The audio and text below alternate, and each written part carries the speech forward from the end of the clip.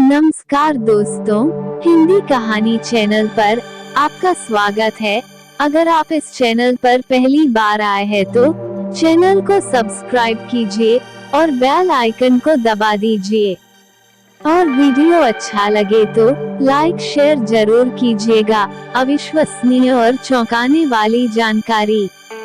Doctor कलाम सोनिया गांधी को प्रधानमंत्री पद का शपथ दिलाने को तैयार थे।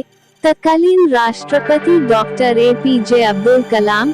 डॉक्टर कलाम ने अपनी किताब विंग्स ऑफ फायर के दूसरा खंड टर्निंग पॉइंट्स में लिखा है कि जब मई 2004 में हुए चुनाव के नतीजों के बाद जब सोनिया गांधी उनसे मिलने आईं तो राष्ट्रपति भवन की ओर से उन्हें प्रधानमंत्री नियुक्त किए जाने को लेकर चिट्ठी तैयार कर रखी थी।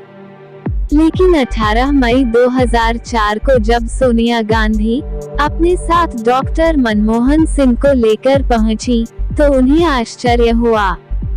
डॉक्टर कलाम ने लिखा है कि सोनिया गांधी ने मुझे कई दलों के समर्थन के पत्र दिखाए।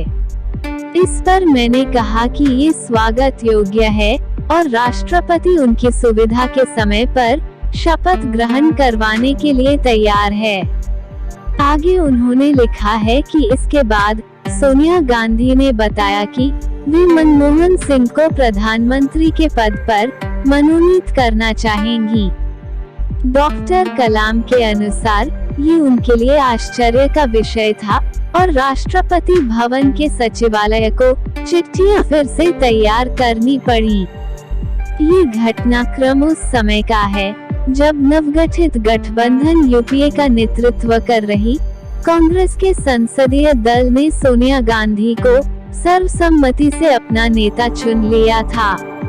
यूपीए को बाहर से समर्थन दे रहे वाममोर्चे ने भी कह दिया था कि उन्हें सोनिया गांधी के नाम पर आपत्ति नहीं है, मगर सोनिया गांधी ने खुद के जगह का मनमोहन सिंह के नाम को प्रधानमंत्री पद के लिए प्रस्तावित किया था। डॉक्टर कलाम और उनकी जिंदगी कैसी थी? डॉक्टर कलाम जब भी विदेश जाते थे तो उन्हें महंगे उपहार मिलते थे, क्योंकि कई देशों में यह प्रथा है कि वे आने वाले राष्ट्राध्यक्षों को उपहार देते हैं। उपहार से इनकार करना राष्ट्र का अपमान और भारत के लिए शर्मिंदगी बन जाएगा। इसलिए उन्होंने उन्हें प्राप्त किया और उनकी वापसी पर डॉक्टर कलाम ने उपहारों को फोटो खींचवाने और फिर सूचीबद्ध करने और अभिलेखागार को सौंपने के लिए कहा। इसके बाद उन्होंने कभी उनकी ओर देखा तक नहीं। राष्ट्रपति भवन से निकलने पर मिले उपहारों में से उन्होंने एक पेंसिल भी नहीं ली। 2002 में जिस साल डॉक्टर कलाम ने पदभार संभाला था, रमजान का महीना जुलाई अगस्त में आया था। राष्ट्रपति के लिए इफ्तार पार्टी की मेजबानी करना एक नियमित प्रथा थी। डॉक्टर कलाम ने श्री नायर से पूछा कि उन्हें उन लोगों के लिए एक पार्टी की मेजबानी क्यों करनी चाहिए जो पहले से ही अच्छी तरह से खिलाए गए हैं, और उनसे यह पता लगाने के लिए कहा कि इसकी लागत कितनी होगी। श्री नायर ने बताया कि इसकी लागत लगभग रु. 22 लाख। डॉक्टर कलाम ने उनसे उस राशि को कुछ चुनिंदा अनाथालयों को भोजन, कपड़े और कंबल के रूप में दान करने के लिए कहा। अनाथालयों का चयन राष्ट्रपति भवन में एक टीम पर छोड़ दिया गया था और इसमें डॉक्टर कलाम की कोई भूमिका नहीं थी। चयन होने के बाद डॉक्टर कलाम ने श्री नायर को अपने कमरे के अंदर आने के लिए कहा और उन्हें 1 लाख रुपए का चेक दिया। उन्होंने कहा कि वह अपनी निजी बचत से कुछ राशि दे रहे हैं और इसकी जानकारी किसी को नहीं देनी चाहिए।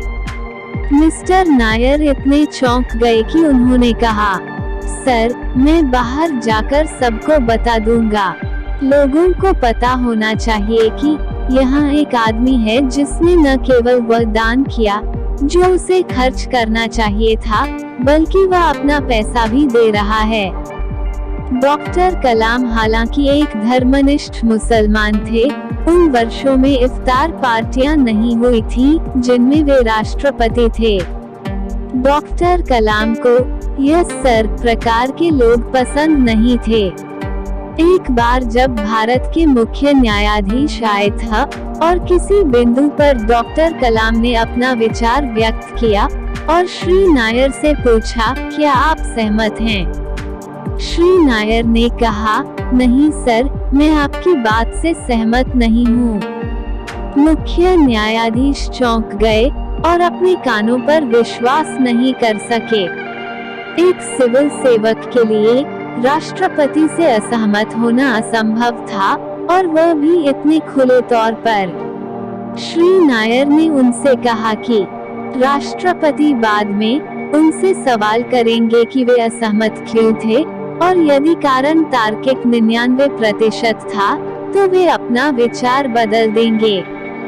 डॉक्टर कलाम ने अपने 50 रिश्तेदारों को दिल्ली आने के लिए आमंत्रित किया और वे सभी राष्ट्रपति भवन में रहे। उनके लिए शहर के चारों ओर जाने के लिए एक बस का प्रबंध किया, जिसका भुगतान उनके द्वारा किया गया था। कोई आधिकारिक कार इस्तेमाल नहीं की गई थी। डॉक्टर कलाम के निर्देश के अनुसार उनके ठहरने और खाने की सारी गणना की गई और बिल 2 लाख रुपए आया, जिसका उन्होंने भुगतान किया। इस देश के इतिहास में किसी ने ऐसा नहीं किया है। अब चरमोत्कर्ष की प्रतीक्षा करें। डॉक्टर कलाम के बड़े भाई पूरे 1 सप्ताह तक उनके साथ उनके कमरे में रहे, क्योंकि डॉक्टर कलाम चाहते थे कि उनका भाई उनके साथ रहे। जब वे चले गए तो डॉक्टर कलाम उस कमरे का भी किराया देना चाहते थे। कल्पना कीजिए कि एक देश का राष्ट्रपति उस कमरे का किराया दे रहा है जिसमें वह रह रहा है। यह किसी भी तरह से कर्मचारियों द्वारा सहमत नहीं था, जिन्होंने सोचा था कि ईमानदारी को संभालने के लिए बहुत अधिक हो रहा था। जब कलाम सर को अपने कार्यकाल के अंत में राष्ट्रपति भवन छोड़ना था, तो स्टाफ का हर सदस्य उनके पास गया और उनसे मुलाकात की और उन्हें पुष्प गुच्छ भेंट किया। मिस्टर नायर अकेले उनके पास गए, क्योंकि उनकी पत्नी का पैर टूट गया था और वह बिस्तर तक ही सीमित थी। डॉक्टर कलाम ने पूछा कि उनकी पत्नी क्यों नहीं आई। उसने जवाब दिया कि वह एक दुर्घटना के कारण बिस्तर पर थी। अगले दिन श्री नायर ने अपने घर के आसपास बहुत सारे पुलिसकर्मियों को देखा और पूछा कि क्या हुआ था। उन्होंने कहा कि भारत के राष्ट्रपति उनसे मिलने उनके घर आ रहे हैं। वो आए और मिसेज नायर से मिले और कुछ देर बातें की। श्री नायर का कहना है कि किसी भी देश का कोई भी राष्ट्रपति किसी सिविल सेवक के घर नहीं जाएगा, और वह भी इतने साधारण बहाने से। मैंने सोचा कि मुझे विवरण देना चाहिए, क्योंकि आप में से कई लोगों ने प्रसारण नहीं देखा होगा और इसलिए यह उपयोगी हो सकता है। एपीजे अब्दुल कलाम का छोटा भाई छाता मरम्मत की दुकान चलाता है।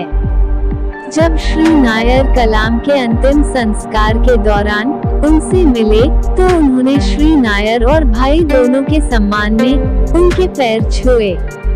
उनके पास कोई टीवी, एसी, कार, आभूषण, शेयर, जमीन या बैंक बैलेंस नहीं था। यहाँ तक उन्होंने पिछले 8 साल की पेंशन भी अपने गांव के विकास के लिए दान कर दी थी।